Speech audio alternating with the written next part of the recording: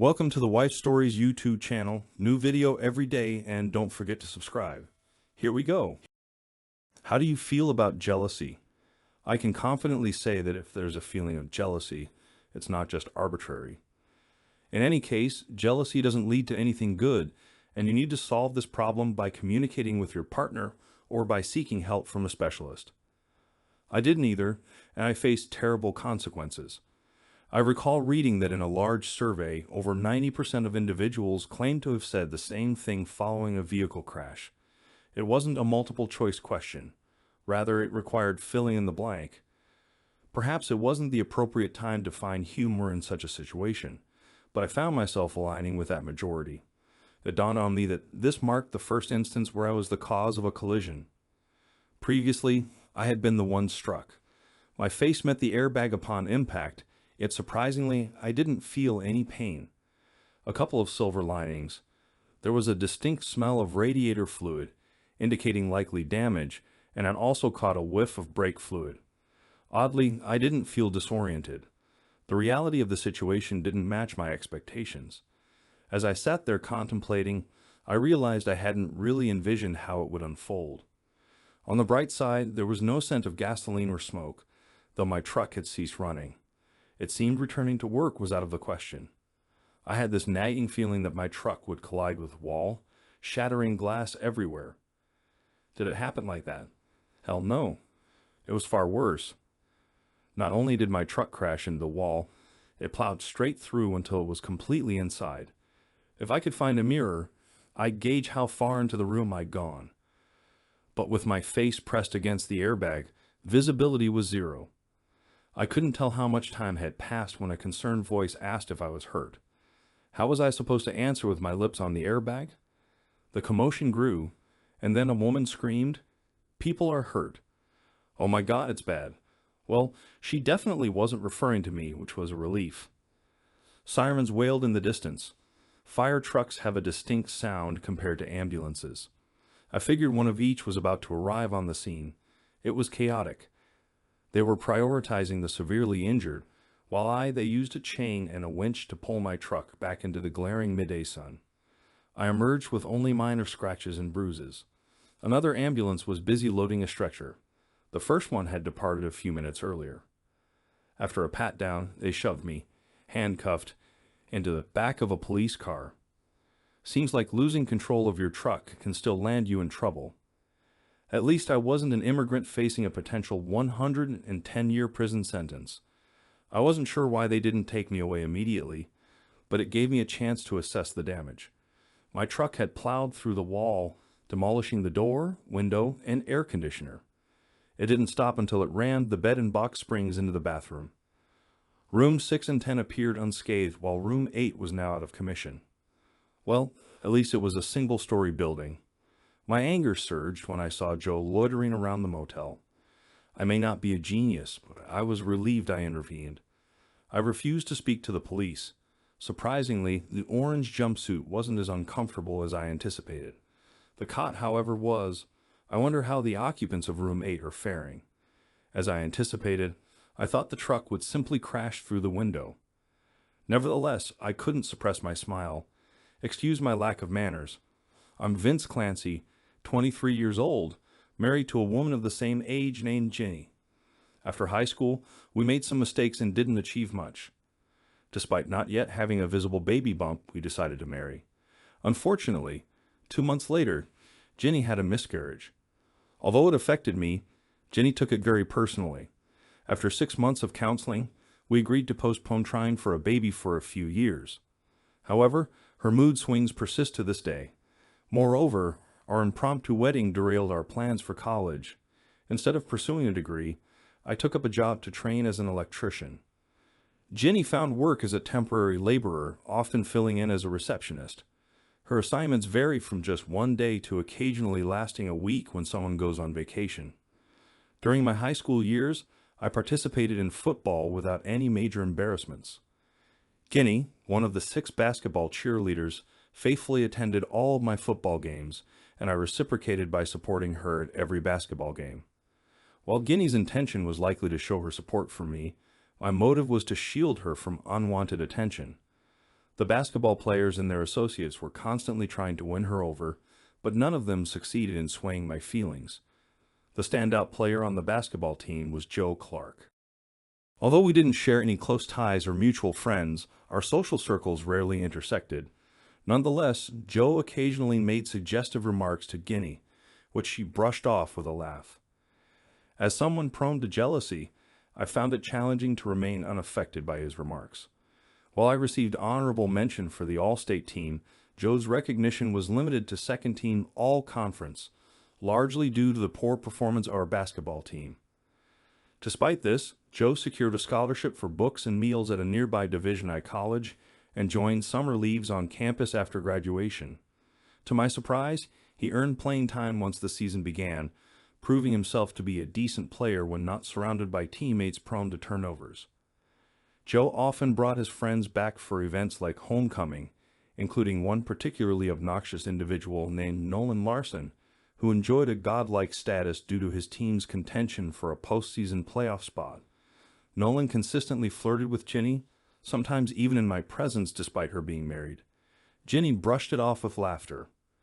Occasionally, I had to intervene, which seemed to only aggravate Ginny. Joe and Nolan seemed inseparable, often together during Joe's visits to our town. To avoid their behavior, I usually made sure we were occupied elsewhere. While homecoming lasted just a weekend, summer vacations were longer, leading to several disagreements between Ginny and me. Are you my husband or my guardian? I'm capable of taking care of myself. Those guys are just loud mouths. Can we drop it? It's easier said than done when you're prone to jealousy. Adding to the frustration was Ginny's noticeable attractiveness, garnering attention even while line dancing. Proud, yes. Jealous, also yes. Crazy. Didn't think so, but now it's uncertain. Hello, Mr. Clancy. I'm Scott Jensen, your assigned lawyer for this court proceeding, said a young man, barely older than me. He might just be a few years ahead of my age. The clock shows it's around 2, so good afternoon, Scott. You can call me Vince. How much do you recall about the truck accident, Vince? Everything. Was it your intention to cause the crash? Not really. I just wanted to intimidate them. I didn't realize a truck moving at that speed could cause such extensive damage. The police report indicates you were traveling at about 30 miles per hour when you collided with the motel room. That's not considered slow. Perhaps when my anger took over I accelerated, but I didn't plan to break through the wall. That should count for something. Unlikely. Currently, you're charged with 2 counts of vehicular assault. If Mr. Larson passes away, these charges may escalate to include attempted murder as well. Wow, sounds pretty serious. Yeah, that air conditioner you threw ended up hitting Mr. Larson right in the lower back. He's got a lot of internal injuries, but surprisingly, it might have saved their lives. It knocked them over the bed just before your truck pinned them against the wall with the mattress. How's your wife doing? You mean Mrs. Larson? Well, the impact from Mr. Larson hitting her fractured some facial bones. She's lost most of her front teeth, and Mr. Larson has some serious scars now, if you catch my drift. That's unfortunate, but aside from that, they're mostly okay, not even close. They both have multiple broken bones. The mattress didn't do much when the truck shoved everything into the bathroom. Mr. Larson might even be paralyzed. I pretend to be sad, but honestly I'm not feeling it, Scott. I get it. But how did you even know they were in that room? Because when they went in and shut the door, I saw the room number 8. You're still getting the hang of this, huh, Scott? Getting a little flustered now? Let me rephrase, how did you know to be there at that specific time? I had decided to surprise Ginny with a bouquet of flowers for our anniversary, and had plans to ask her out to lunch if she had the time. She was filling in for someone on maternity leave with a job that had no set end date. As I turned the corner, I spotted her standing outside her office building. While waiting for the traffic light to change, a flashy sports car pulled up and she got in. I trailed behind them. So, what happened at the motel? Did you confront them? Well, their car stopped at the check-in area and Ginny got out. I was still waiting for a chance to turn into the parking lot from the main road. The sports car parked around the building, so I followed suit. Ginny came out of the office a few minutes later and headed to room number 8. He joined her shortly after she arrived. The rest, as they say, is history. So you don't know what they were doing. You're really new to this, aren't you, Scott? Do you think they were planning a surprise anniversary dinner for me? Sloppy seconds. Vince, I'm here to assist you, but I need all the details. How long did you wait in your truck before you confronted them? I waited a couple of minutes, I guess, and then rage clouded my judgment. I lost control, no excuses, complete meltdown. As I said, I just wanted to scare them. Ginny gradually awakened from her extended sleep, penning her thoughts on the notepad provided by the nurse. Or am I? What happened? Mrs. Clancy, you're at Mercy General. A truck crashed into your room, causing several broken bones and internal injuries. The doctor has sedated you. If you're still in pain, we can adjust your medication. How are you feeling? Ginny hastily wrote down her next inquiries. My face feels covered with bandages and my mouth is immobilized. Why am I restrained? I can't move my legs or my other arm. Your arm and both legs are in casts. In fact, you're in a full-body cast. Your face is heavily bandaged and your mouth is wired shut. When you're ready, there's a detective who needs to ask you some questions. Shall I call him? She scribbled back yes. Several hours passed. Mrs. Clancy, I'm Detective Green. How's your memory? With a fading pencil, she replied, Not good, I suppose. I don't recall the accident. The nurse mentioned I was hit by a truck. What do you remember about Tuesday morning? She wrote slowly. You mean today? Today is actually Friday. You've been here for 10 days. I suspect they placed you in a medically induced coma. With trembling hands, oh my God, I dressed a bit nicer and went to work. What did you do for lunch? After hesitating for a few moments, I went to lunch with a friend. And who is this friend? Throwing him under the bus. Nolan Larson. Where did you two have lunch? I can't recall. Does the Hump Day Motel sound familiar? Tears began to soak the bandages. I rented a room while Nolan parked. Is that when I was hit by the truck? You wish. No, you were in the room with Mr. Larson when the truck smashed into it. More scratching. Someone lost control of their truck. Not quite. It seems your little rendezvous wasn't the anniversary surprise your husband was expecting. With a trembling cast. My anniversary. Oh God, so this wasn't a plan approved by your husband beforehand. Quickly, no. That's all I have for now. Best of luck with your recovery. Mr. Larson, are you able to hear me? The nurse glanced at the doctor. He hasn't shown any reaction since he was told about his spinal injury and that he won't be able to walk again. Well, that certainly ended his promising career abruptly, remarked the surgeon. The nurse is seated. It's a steep price to pay for seeking affection from a married woman. My friends and family offered to cover my bail. Once this chaotic ordeal is over, I'm leaving. The threats to my life for putting an end to Nolan's career aren't worth staying out of jail until my trial. I'll do my time and then disappear. Try to catch me if you can.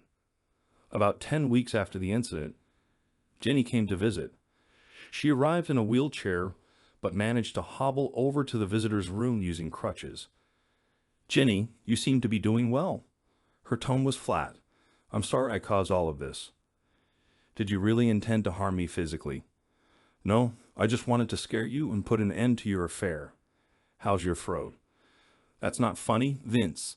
You have to believe me. I never cheated on you before, and you stopped it before it went too far. How did you find out? I had picked up some flowers for our anniversary and planned to surprise you at work. If you wanted out, why didn't you just say so? I didn't want out. I don't know why I did it.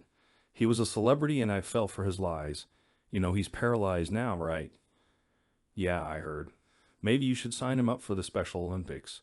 You two would make a great team in the modified potato sack race. I suppose I deserve that. I just wanted to express my apologies for everything. I hope your trial goes smoothly. It seems like you had quite the agenda that afternoon. While I was in the squad car, I noticed Joe Clark looking around. How did he know you'd be there? Oh, Vince, I'm so sorry, she said as tears streamed down her face. To be honest, I wasn't jealous anymore. Once my love for Ginny faded, I no longer cared about her actions or who she was involved with. I was angry with myself for being so naive. Hey, if you can locate where they towed my truck, the flowers I bought for our anniversary are probably still in the front seat somewhere. I heard you took a bite out of the big star. How was it? Ginny didn't reply. Instead, she gestured rudely, then got up and limped back to her wheelchair. Visitors are always appreciated. They lift your spirits. As my trial drew near, the passing weeks seemed to blur together. I turned down all offers for bail. Just days before the trial, I finally accepted a plea deal. The prospect of a year in prison seemed preferable to the lengthy sentence I might face if the jury found me guilty of attempted murder. After the basketball team lost, I received hate mail. When they missed the playoffs, I even received death threats. It's absurd. It's just a game. One of Scott's acquaintances initiated divorce proceedings on my behalf. It was in progress with all necessary signatures obtained. I'd soon be single. Unexpectedly, my lawyer showed up. Scott, it's been a while. How's my case looking? Well, the DA is offering time served and 2 years on parole. Scott, tell him I want to relocate as soon as I'm released. With the ongoing death threats, parole won't suffice. Show him these letters. See if you can negotiate something. The following week, I was moved to a processing center to serve the remainder of my reduced sentence for the felony I pleaded guilty to. I'd be out in a few weeks and leaving the state on the same day. With my finances drained, branded a felon, and no prospect of a decent credit score for years, the future looked grim. Ginny made another visit a few days before my expected release. She walked with a slight limp, but otherwise seemed relatively normal. What brings you here, Ginny? We're divorced now, I remarked. My last visit didn't go as planned. I wanted to apologize once more. If it weren't for me, you wouldn't be here, she said. Well, Ginny, I'm in prison because I couldn't control my anger. That's on me. I admit I lost control. I could have just left and filed for divorce or disappeared, but I'm serving time because of my actions. I won't blame anyone else, I replied. Still, you were angry because of what I was doing. Do you like my new teeth? She asked.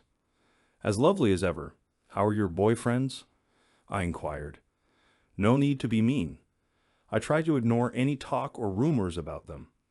If I had one wish that I knew would come true, I'd wish you had arrived with your flowers 10 minutes earlier. We'd still be together, and I wouldn't have made the worst mistake of my life, she confessed. Touching, Ginny, but it seems the deities you're praying to aren't in the wish-granting business. Where are you working now? I asked. I have a full-time job as a receptionist at Stone Masonry. Same routine every day. No husband waiting for me at home. All my fault. What are your plans after you're released? She inquired. I'm leaving the state. I still receive hate mail weekly for ruining Nolan's career. I'll probably try to lay low for a while, I replied. Do you have any room in your plans for me? She asked. Answer me this. Why did you throw Yusa away? I countered. I wish I could give you a satisfying answer, but I don't think I can, she admitted. And that's why at this point I just want to leave and start over alone. But thanks for the offer. Remembering the good times has helped me get through this ordeal, I said. Well, if you change your mind, you know where to find me. You'll always be welcome in my arms, she said softly. Yeah, right. Until next time. Thanks, but no thanks, I replied. Ginny's tears slowly streamed down her face. The van journey to the downtown bus terminal occurred on a dreary day, with dry streets contrasting the still moist sidewalks, mirroring my inner mood perfectly. I utilized my bus fare to travel to the city where my parents resided. They had arranged for me to receive an old truck and a modest sum of a few $100s, a gesture of generosity considering their tight financial situation. 3 days and 2 states later, my funds depleted. Despite finding various odd jobs, the earnings were insufficient for sustenance and shelter. Pressing onward in my beat-up vehicle, I resorted to begging on street corners to scrape together enough money to purchase a basic phone. Its primary purpose was to search for job opportunities online, leading me to secure employment with a transient construction company in need of an electrician, offering cash payments on a daily basis. Although I formed connections with new acquaintances, my once outgoing demeanor waned. I settled into a budget motel room as my temporary residence where the neighboring woman engaged in solicitation, a prospect that held some appeal for me, though I must clarify, not in terms of solicitation, but possibly as a client, if only finances were not so constrained. She noticed me staring one evening and slightly opened her robe. Ready for some action? Only if you accept IOUs, she laughed. Let me think about it, no. Well, I guess I don't have anything to offer if you don't need an electrician. Too bad. You look quite fit. I appreciate a man who can take charge. I'll remember that for the future. Actually, one of my clients mentioned a project involving sparks. Can't chat now. Need to get ready for my next appointment, she chuckled. We were just anonymous individuals trying to get through the night. Sleep was elusive as I imagined being with her. Dan, I needed some action. A few days later, I encountered the escort again. She handed me a piece of paper. I mentioned to my client that I knew an electrician. Here's the number. Thanks, you didn't have to do that. I know. See you later, she said as she got into her modern sedan and drove away. I needed to inquire about the rates for miscellaneous tasks for my colleagues at work. Armed with that information, I dialed the number. To my astonishment, a woman picked up. Oh no, I certainly don't want this woman to discover that her husband was with a prostitute. Hi there. I got your number from a friend. I heard you're looking for an electrician. Yeah, what are your rates and when are you available? Well, I typically work Monday to Friday until around 6. For small jobs, I can do evenings, otherwise weekends. Charging by the day is more cost-effective than hourly. I explained, hoping she wouldn't hang up as I mentioned rates. We introduced ourselves. She was Deb. I noted down her address. I agreed to swing by on Saturday morning to assess the job. Arriving on Saturday, I was surprised to find it was a gated community. After confirming my arrival, I navigated through to her address. Only one car in the garage, so her husband must be out golfing or something. Deb seemed to be around my mother's age, and I noticed she wasn't wearing any rings. Something didn't quite add up. She needed the ground fault outlet in the master bath replaced and wanted some light switches changed to motion sensors. There were pictures of young adults on her wall, but none with a father figure. I noticed only one pillow on her bed. It dawned on me that there might not be a husband in the picture after all. I provided Deb with an estimate, and she paid me in advance to purchase the necessary materials. After a quick trip to Lowe's, I finished the job well before lunchtime. While I was working, Deb kindly brought me a soda and a tray of cookies. Which of my acquaintances informed you that I needed an electrician? Deb inquired. I hesitated, unsure of how to respond. Should I mention that it was a woman I met at the questionable motel where I currently reside? I don't know her name. She overheard me discussing my profession as an electrician, and we briefly conversed. She's a strawberry blonde, around 5'5", I replied. Ah, I see. I have some friends who might be interested in your services. Would you mind if I passed along your contact information? Deb asked. That would be fantastic. I'm in dire need of funds at the moment, I admitted. What other skills do you possess? Deb asked playfully with a hint of mischief in her eyes. Now thoroughly confused, I wondered if she was friends with the woman from the motel or perhaps even romantically interested in me. My cheeks flushed with embarrassment. Attempting to reciprocate the flirtation, I replied, I'm young and not afraid to break a sweat. Deb chuckled at my response. I'll be sure to inform them, she said, smiling. My imagination desired more, but I hastily stashed the cash into my jeans and drove off. Not long after, I received a call from an unfamiliar number. Vince speaking. Hey, glad I reached you. Deb passed me your number. I live a couple of doors down from her. Could you swing by? A female voice asked. Yeah, I'm just grabbing a quick bite. What's your address? After committing her address to memory, I finished my sandwich and headed over. It took some time to navigate past the security checkpoint since I only had an address, not a name. Eventually, I was granted entry. In the garage, 2 cars were parked with their doors wide open. I opted to park on the street. My beat-up car was undoubtedly the shabbiest vehicle in the neighborhood. When I timidly knocked on her door, I was met by a very cute, albeit young lady. You called about an odd job." She rolled her eyes. "Mom, it's for you," she said, turning and leaving me standing there. When the lady of the house arrived, I could see the resemblance. "You must be Vince. You handled tasks like replacing ceiling fans and installing motion-detecting light switches." "Oh, and I need more outlets in the garage." "Yes, yes, yes, and yes, have I covered everything?" I joked. "Then come this way." After noting down her list of requests, I jokingly asked, "Have you purchased everything you want installed? By the way, should I just call you Mom of the eye-rolling daughter?" She chuckled in response. "My name's Nancy. That's Jolene. She's waiting for her boyfriend and getting very annoyed. Sorry about that." "No, I haven't bought anything yet. We can head to Lowe's and shop if you'd like." "Oh, and what's the cost for installation?" I quickly estimated the costs and handed her the figures. "Let's go then. Would you like to drive?" "Sure." However, her willingness to drive changed when she saw my old car. "Oh, I'll drive. We can fit everything in my trunk and back seat." "Well, if you insist. Haven't ridden in a car as nice as yours in a long time, if ever." It took me until sundown to complete her projects. Jolene kept watching me, still upset about being stood up by her boyfriend. Between the two jobs, I made close to $1,000 after adding tips to my quotes. If you've never relied solely on the cash in your pocket day in and day out, you can't fully grasp the fear of being robbed when you have some money on you. I didn't sleep well, suspecting that everyone could somehow tell that I had $1,000 in my pockets just by looking at me. My first stop on Monday would be to open a checking account and get a debit card. Having some funds in my bank account, I decided to venture out on Monday night. Though the idea of paying an escort for sex excited me, I couldn't bring myself to do it. Instead, I headed to the local bar and took a seat at the counter. I wasn't actively seeking company, but there were women there who were. "Are you planning to stare at your drink all night?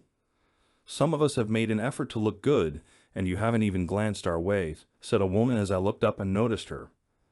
I pretended to appraise her appearance. "Well, you certainly look very nice." After a moment's pause, she responded, "Is that all? Not going to ask me to dance or buy me a drink?" "Nah, it seems like you're on the hunt. I figure I'd let you take charge." She rolled her eyes and turned back to her friends. I imagined she was telling them what a jerk I was.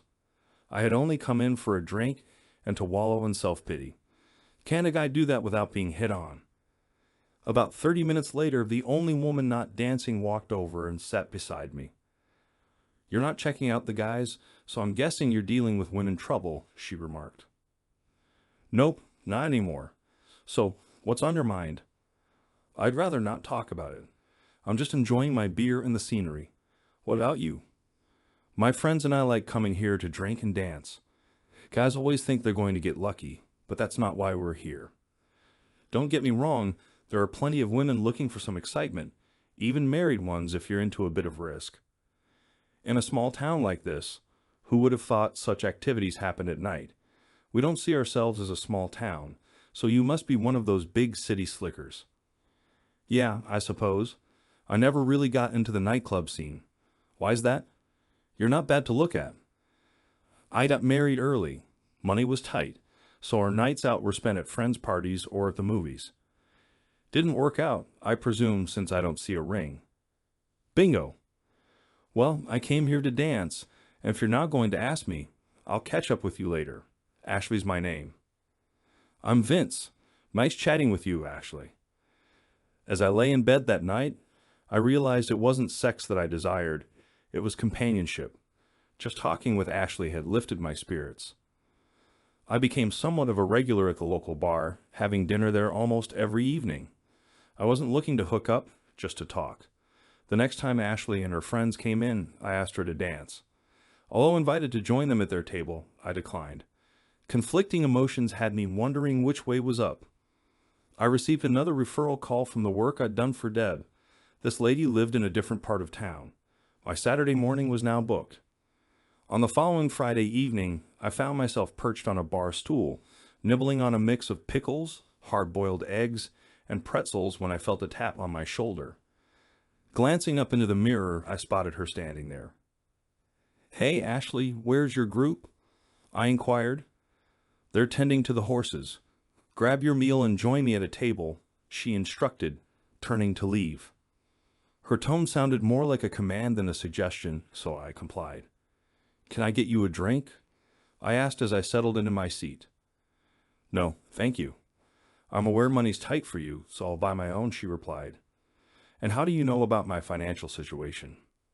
I questioned. "Well, let's see. Your attire, your car, your choice of food. Need I continue?" she retorted. "Busted. I lead a simple life now," I admitted. "Let's get acquainted. I have a college degree but find myself underutilized at the warehouse distribution center. I had to choose between moving away or making do here until something or someone came along. I'm not married, never have been. No steady boyfriend. Your turn," she disclosed. "I got my high school girlfriend pregnant and missed out on college. We rushed into marriage, but she miscarried.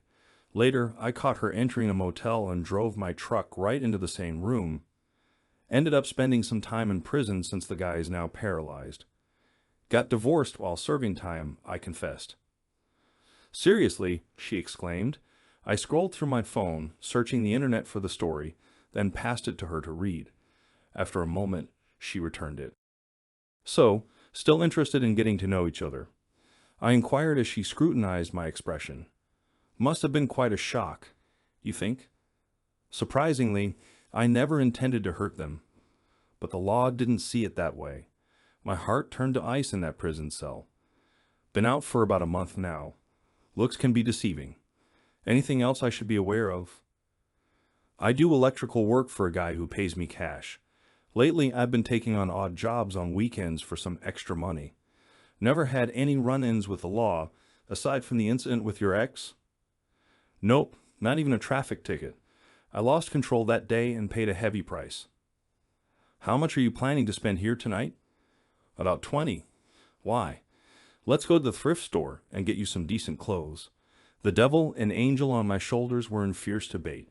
I accepted her offer. She drove. "Why are you doing this?" "Because you won't do it for yourself. You're too young. Your life's just beginning, and it's time to move forward." "And what's in it for you?"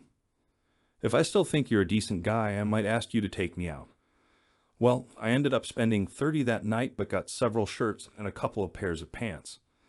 Ashley drove me back to my car. As I got out, I said, "Thank you, Ashley. Can I take you out sometime?" "Thought you'd never ask. Wear one of your new outfits and meet me at the movie theater in the mall tomorrow night at 6. It was a restless night of tossing and turning. As per my usual routine, I took on an odd job on Saturday morning. Despite having nearly $1,600 in the bank, I set aside $50 for the evening ahead. By 4 p.m., I was ready to go, but I realized that the only pair of shoes I owned looked awkward with my upgraded jeans, so I made a trip back to the thrift store and managed to find a decent pair for less than $10.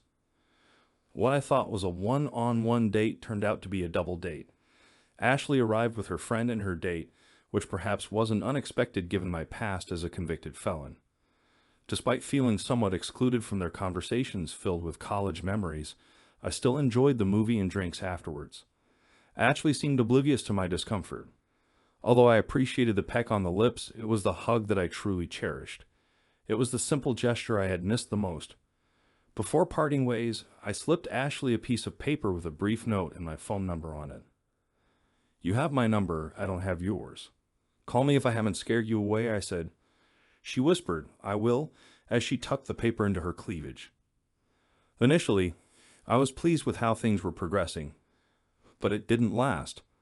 On Tuesday night, while filling up my truck with gas, I spotted Ashley walking arm in arm with another guy into a nearby restaurant. Although our relationship had only been platonic, I found myself overwhelmed with emotions. The anger, heartache, and feelings of helplessness all came rushing back. Just when I thought I had moved on from the pain caused by Ginny, her memory stabbed me once again. My fight or flight response kicked in, and I made the decision that I needed to find a better situation elsewhere. I wasn't prepared for any sort of relationship, and it wasn't Ashley's fault. Since my motel room was booked until Friday, I had a few days to figure out where to go next. The decision became clear when the person I was working for mentioned they knew someone who needed an electrician. By Friday morning, I was on the road with 500 miles ahead of me. Without much thought, I picked up my phone while driving. "Hey Vince, where have you been? I've taken a job in another city. Since you never called, I couldn't inform you about my departure. Thanks for helping me break out of my rut. When will you be back?" Her voice sounded somber, maybe hurt. "I don't think I will, but I'll add you to my contacts just in case our paths cross again. I suppose I should have reached out sooner." "No worries, I appreciated the time we spent together." After a few more minutes of reminiscing, my time with Ashley came to an end. Although my parents wished for me to come home during the holidays, they understood why it wasn't the best choice for me in the following years. Sooner or later, another talented basketball player would emerge, and memories of Nolan would fade into history. I went out with a few women and even attended a swap party with one of them. I enjoyed the variety of experiences, but it hindered any desire to spend more time with any single person. Being reduced to someone's mere companion at a party was disheartening. Cold fish, that's what one of my dates labeled me. I had safeguarded my heart, keeping it securely hidden away. Just like keeping a winning horse out of competitions, keeping my heart out of sight ensured it remained unscathed. It took 3 years before I visited my parents again. Things were going smoothly, allowing me to afford a flight home. With the basketball team making the playoffs, it felt safer for me. Nobody brought up Ginny, for which I was grateful. The return flight was uneventful, and I even engaged in conversation with a woman my age on the plane. However, no names or phone numbers were exchanged. My name's Heather, and I'm employed at the cafeteria of a large office building downtown, just off Broadway. I'm currently single, as I haven't encountered Mr. Right yet. There's this intriguing loner who frequents the cafeteria daily. Without fail, he always grabs a slice of cherry pie. His name tag reads Vince, and although he works for the investment bank, his attire doesn't scream banker. There's just something about him that piques my interest. Without wearing any rings, I decided to take a chance. One day, as he was returning his tray, I concocted an excuse to linger. When he approached, I discreetly passed him a note with my phone number and a simple message. "Call me sometime. Heather." He smiled, and I reciprocated before he nodded in acknowledgement. We arranged to meet for dinner a few nights later. Nothing extravagant, just a cafe near my place. Our conversation was revealing. Vince confessed to working as an electrician and handyman for the investment firm, but the bombshell was his past conviction as a felon, which he revealed through an article on his phone. "Vince, this happened 4 years ago. Do you still miss her?" I inquired. "Not really," he replied. "So why is someone like you without a girlfriend?" I pressed. Risk versus reward. If I open up and get hurt again, will I handle it gracefully? Last time I tried, even though we hadn't even kissed, I caught her with another guy, and all came flooding back, he explained. "That was 3 years ago, right?" I clarified. "Yes. Since then, I've been avoiding relationships," he admitted. "All right, I understand. We'll take things slow, but only if we communicate openly. Misunderstandings could be disastrous," I proposed. "But what if I'm still not interested in a relationship?" he queried. "Then we won't meet for dinner tomorrow or go see a movie afterward," I countered. I could sense his desire in his gaze.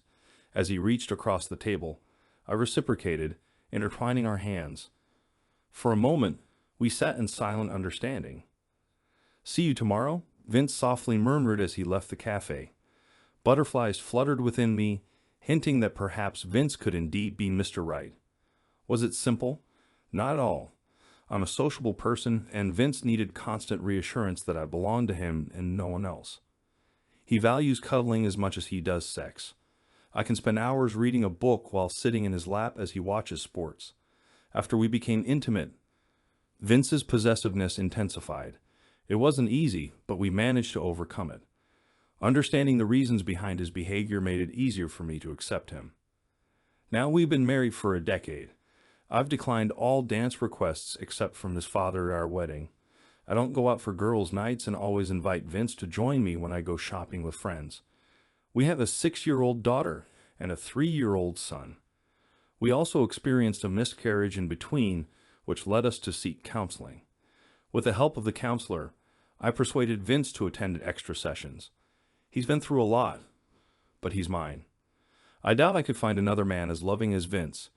Understanding his past, I remind myself every day never to give him a reason to doubt my love. Oh, that expletive we commonly express following the car accident. Shit.